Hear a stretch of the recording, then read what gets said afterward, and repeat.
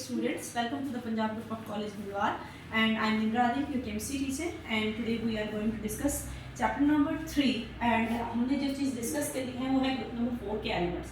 Group number 4 elements की अगर बात की जाए तो हम बात करते हैं कार्बन की। कार्बन या इसके नीचे जो मौजूद है सिलिकॉन, उनकी कुछ प्रॉपर्टीज को हम डिस्कस करेंगे। सबसे पहले अगर हम कार्बन की बात करें तो कार्बन का एटॉमिक मास 12 है, लेकिन उसका एटॉमिक नंबर 6 होता है।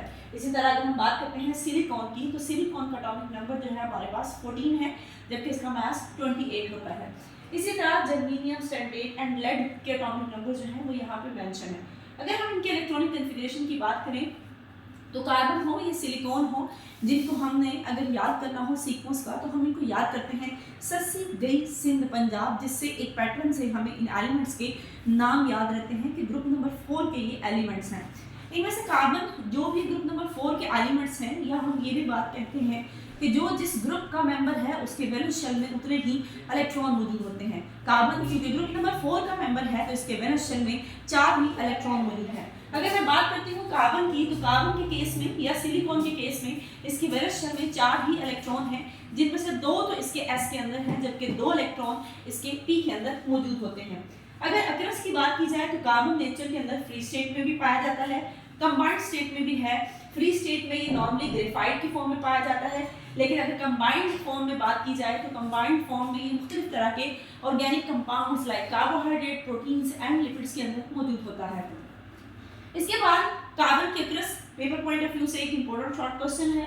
इलेक्ट्रॉनिक कॉन्फ़िगरेशन में इनके एटॉमिक नंबर्स जो हैं वो एमसीक्यूज में पूछे जाते हैं, और अक्रस ऑफ सिलिकॉन भी आपके पास एमसीक्यूज के पॉइंट ऑफ व्यू से इंपॉर्टेंट है। सबसे पहला यहाँ से इंपॉर्टेंट एमसीक्यूज आता है कि नेचर के अंदर सिलिकॉन पाया जाता है, लेकिन सबसे ज्यादा ये पाया जाता है अर्थ क्रस्ट में। अर्थ क्रस्ट में कितने परसेंट है? 25% जो मास है, यानी 25% जो है ये मौजूद होता है अर्थ क्रस्ट के अंदर, ज्यादातर रेत वगैरह की फॉर्म में मौजूद है। लेकिन ये फ्री स्टेट में नहीं पाया जाता, हमेशा हमारे पास जो है कंबाइंड स्टेट में पाया जाता है, और मुख्तलिफ तरह की चीज़ों का भी कॉन्स्टिट्यूएंट है। यहाँ पे 2 एमसीक्यूज हैं। नंबर 1 अर्थ क्रस्ट में कितने परसेंट है, नंबर 2 फ्री स्टेट में पाया जाता है, ये कंबाइंड स्टेट में पाया जाता है, नंबर 3 मेजर अमाउंट इसकी किस जगह मौजूद होती है, ये ज़्यादातर सिलिका या सिलिकेट्स की फॉर्म में नेचर के अंदर पाया जाता है। 3 एमसीक्यूज यहाँ से हो गए। इसके अलावा ये हमारे पास ऑक्साइड्स की फॉर्म में एग्जिस्ट करता है। ऑक्साइड्स की फॉर्म में ये कहाँ पाया जाता है? ये क्वार्ट्स में पाया जाता है। क्वार्ट्स बेसिकली क्या है? मुख्तलिफ तरह की क्वार्ट्स हैं। यहाँ पर उनको शॉर्ट क्वेश्चन भी है कि क्वार्ट्स की मुख्तलिफ फॉर्म्स कौन सी हैं, जिन फॉर्म्स की अंदर ये मुख्तलिफ तरह की सिचुएशन में पाया जाता है। सिलिकॉन हमारे पास रॉक क्रिस्टल्स में मौजूद होता है। इसके बाद एंथिसल में मौजूद है, स्मोकी क्वार्ट्स है, रोज क्वार्ट्स है, मिल्की क्वार्ट्स है। वो तमाम क्वार्ट्स हैं जो मुख्तलिफ तरह की फॉर्म्स में जिनके अंदर सिलिकॉन मौजूद होता है।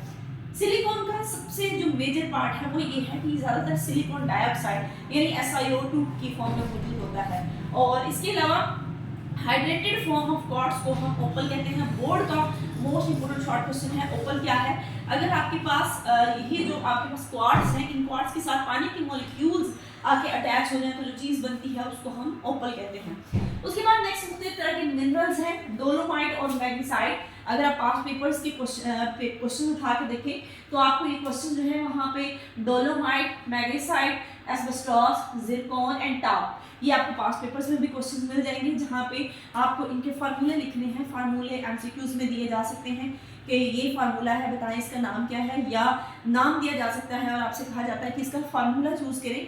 ये शॉर्ट क्वेश्चन में पूछा जा सकता है, या लॉन्ग क्वेश्चन में किसी भी क्वेश्चन का सब पार्ट बन के आ सकता है कि आपने फलां मिनरल्स का फार्मूला लिखना है। तो हमारे पास अगर लाइमस्टोन की बात की जाए तो CaCO3 उसका फार्मूला है। उसके बाद सबसे इंपॉर्टेंट है डोलोमाइट का, मैग्नीशियम कार्बोनेट के साथ अटैच है कैल्शियम कार्बोनेट, और इसके बाद मैग्नीसाइट है, इसी तरह एनालसाइट है, एस्बेस्टॉस, जिरकॉन एंड टाप है। इनमें से ऊपर वाले जो 3 हैं ये हमारे पास कैल्शियम के मिनरल्स हैं, जबकि जो नीचे वाले हमारे पास हैं ये सिलिकॉन के मिनरल्स हैं। अगर हम कार्बन और सिलिकॉन के जो ग्रुप के एलिमेंट्स हैं, यानी सस्सी, गई, सिंध, पंजाब, अगर इन ग्रुप के तमाम एलिमेंट्स की प्रॉपर्टीज़ की बात की जाए तो सबसे पहले अगर इनकी प्रॉपर्टी फिजिकल प्रॉपर्टी देखी जाए तो हम ये जानते हैं कि कार्बन का एटॉमिक नंबर कम है।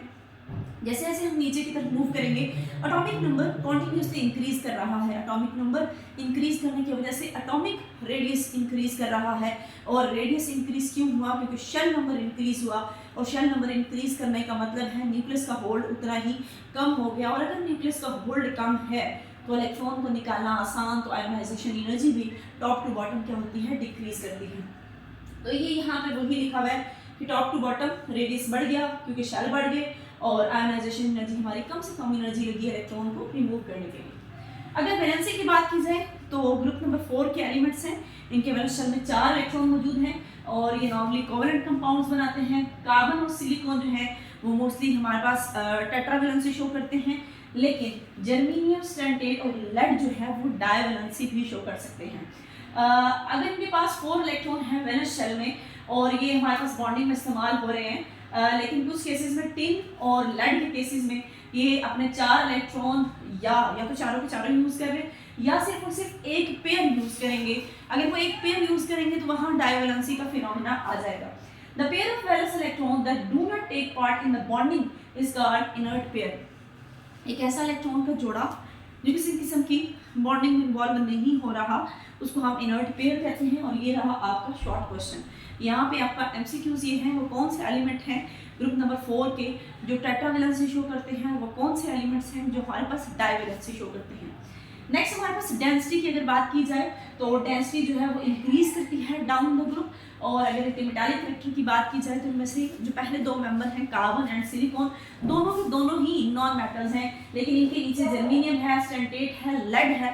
ये सारे के सारे जो हमारे पास जर्मेनियम है ये सेमी मेटल्स होता है, जबकि स्टैंटेट और जो लेड है ये हमारे पास मेटल्स हैं। तो मैं ये कह सकती हूँ कि जैसे ही ऊपर से नीचे की तरफ आए नॉन मेटल, सेमी मेटल और फिर मेटल्स, तो मेटालिक कैरेक्टर टॉप से बॉटम की तरफ इंक्रीज कर रहा है। अगर इनकी केमिकल प्रॉपर्टीज को देखा जाए तो कार्बन और सिलिकॉन ऑक्सीजन के साथ मिलकर मोनोऑक्साइड के डाइऑक्साइड्स बनाते हैं।